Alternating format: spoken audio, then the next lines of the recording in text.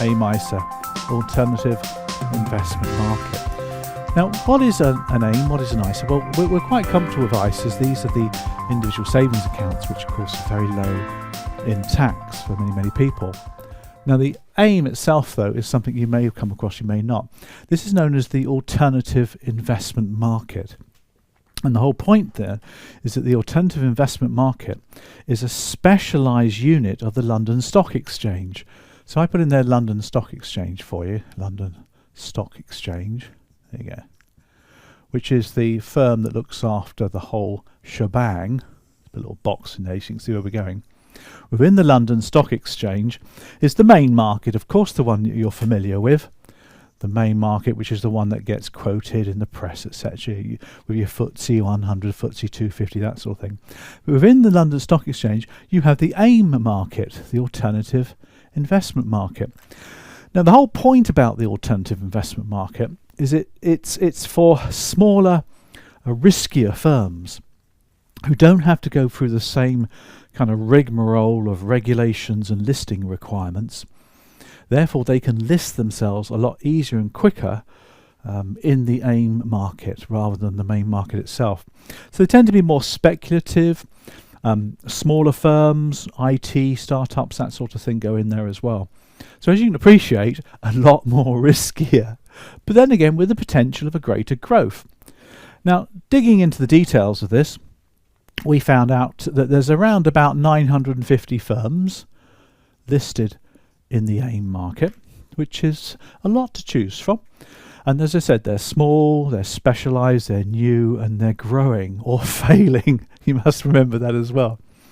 Now, the whole point is, though, that you decide to hold an investment in this market, if you like, via an ISA or an AIM ISA, which is very clever. So what you're doing, of course, is you're getting the benefits of the ISA. Now, the benefits of the ISA, of course, two main ones. There's no tax on any dividends.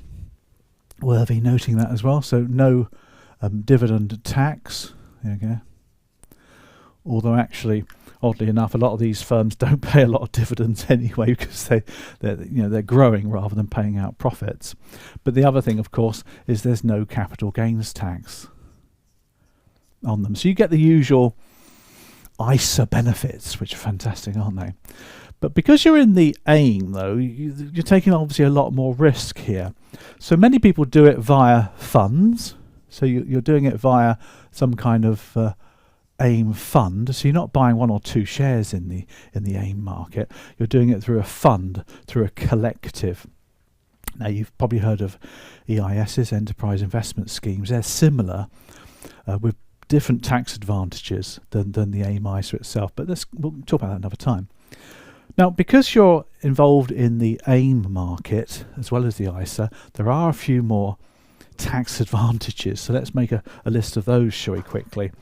Now, I call this the dog's tax tail. Don't let the investment dog wag the tax tail. I think that's how the phrase goes, which basically means that as an advisor, you should be very careful about recommending a particular investment purely for the tax advantages. You need to look at the underlying asset class and diversification, all sorts of things like that, rather than just the tax. But there is a tax tail here.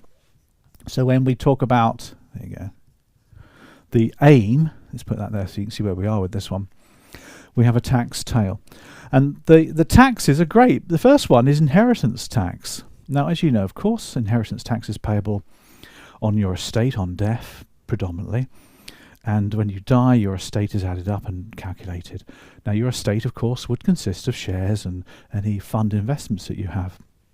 But if you hold the AIM shares for more than 2 years, there you go, there's nil inheritance tax on the value of the AIM shares. So how cool is that? Now, capital gains tax. Now, before I mentioned this, you've got no CGT anyway because it's held in an ISA. So that overrides the whole thing.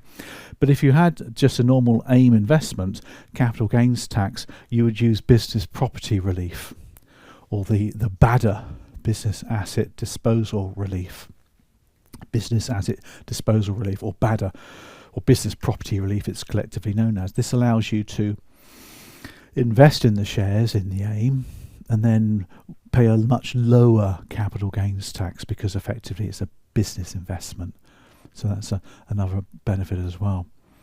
So pretty good tax advantages, but of course pretty massive high risk. So you've got to make sure the client's in the right risk category and they're willing to lose as well as gain. But, you know, if it's held in a fund and it's properly managed, then things should be okay. Now, what you can also do, of course, is transfer existing ISAs into the AIM ISA if you wish to do so. So you may have a portfolio of existing ISAs and you may therefore wish to transfer them in. Now, obviously, you've got to be careful of that because you're going to be buying and selling units or collectives or whatever you've got from your existing ISA. So you've got to be careful of how you do that, and then obviously then buy into the AIM ISA. Great thing, of course, is there's no capital gains tax issue on cashing in your existing ISA collection. But you've got to be careful of your risk. Of course, you know. Fact is, a lot of people invest in ISAs for their retirement.